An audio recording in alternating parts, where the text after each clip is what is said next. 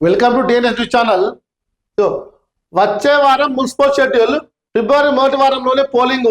నేడు మున్సిపల్ చైర్మన్లు మేయర్ల రిజర్వేషన్ ఖరారు. ఫిబ్రవరి మొదటి వారంలో తెలంగాణ రాష్ట్రంలో మున్సిపల్ కార్పొరేషన్ ఎలక్షన్లు అనేవి జరగనున్నాయి. దీనికి మున్సిపల్ శాఖ సర్వం సిద్ధం చేసింది.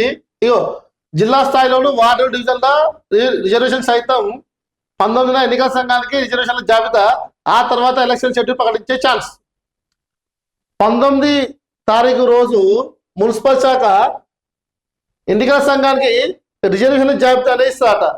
ఆ తర్వాత వాళ్ళు షెడ్యూల్ అనేది రిలీజ్ చేస్తారట. వాళ్ళు ఈరోజు తెలంగాణ అన్ని మున్సిపాలిటీలకు, కార్పొరేషన్లకు, వార్డులకు, డివిజన్లకు ఈరోజు వాళ్ళు ఏం చేస్తారు? ఈరోజు వాళ్ళు రిజర్వేషన్లు అనేది ఈరోజు వాళ్ళు ఖరారు చేస్తారు. ఖరారు చేసిన తర్వాత 19 తారీఖు నుంచి ఎప్పుడైనా సరే ఎలక్షన్ కమిషన్ నోటిఫికేషన్ జారీ చేసే అవకాశం ఉంది. ఇగో దాంతోపాటు మున్సిపల్ గెలుపు బాధ్యత మంత్రులదే. ఒక్కో మంత్రికి 2-3 అసెంబ్లీ సెగ్మెంట్ అప్పగింత. మేడాల కేబినెట్ లో మంత్రులకు సీఎం దిశానిర్దేశం.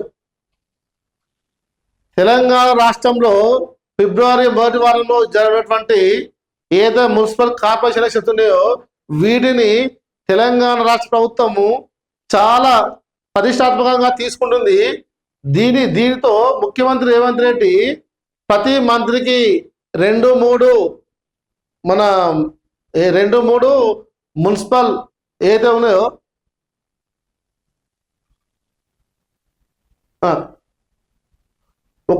ఒక్కో మంత్రికి 2-3 అసెంబ్లీ సెగ్మెంట్లు అప్పగిస్తారట. ఆ మంత్రి ఏం చేస్తాడంటే ఆ అసెంబ్లీ సెగ్మెంట్ ఉన్నటువంటి అన్ని మున్సిపాలిటీ గెలిపించే బాధ్యత ఆ మంత్రి మీదే ఉంటుంది. దీని ప్రకారము మంత్రుల యొక్క పనితనం అనేది, మంత్రుల యొక్క ప్రభావం అనేది ఆయా అసెంబ్లీ సెగ్మెంట్ల మీద, ఆయా జిల్లాల మీద ఎంతవరకు పనిచేస్తుంది అనేది ముఖ్యమంత్రి గారు కూడా ఒక క్లారిఫికేషన్ అనేది తీసుకోవడం జరుగుతుంది. ఇగో ఏం చేశారా? మేడాల కేబినెట్ లో మంత్రులకు సీఎం దిశానిర్దేశం. ఓకే, ఇక తెలంగాణ మన కాంగ్రెస్ ప్రభుత్వం ఏమో ఇలా ఒక్కో మంత్రికి, ఎమ్మెల్యేకు, ఎంపీకి 1-2-3 అసెంబ్లీ సెగ్మెంట్లు వాళ్ళు ఇన్ఛార్జ్ ఇస్తే, ఇప్పుడు ఉన్నటువంటి ఇక తెలంగాణలో ఉన్నటువంటి బీజేపీ కానీ, బీఆర్ఎస్ కానీ, ఎంఏఎం కానీ, లెఫ్ట్ పార్టీ కానీ వాళ్ళు ఏ విధంగా చేస్తారు, వాళ్ళు ఏ విధంగా చేస్తారు అనేది చూద్దాం. వాళ్ళు కూడా వీళ్ళ మాదిరిగానే ఎమ్మెల్యేలు, ఎక్స్ ఎమ్మెల్యేలు, ఎక్స్ మంత్రులకు, ఎక్స్ ఎంపీలకు ఒక్కో అసెంబ్లీ సెగ్మెంట్ వాళ్ళు ఇన్ఛార్జ్ ఇస్తారా? లేకుంటే ఒక మాజీ మంత్రికి 4-5 అసెంబ్లీ సెగ్మెంట్ ఇస్తారా?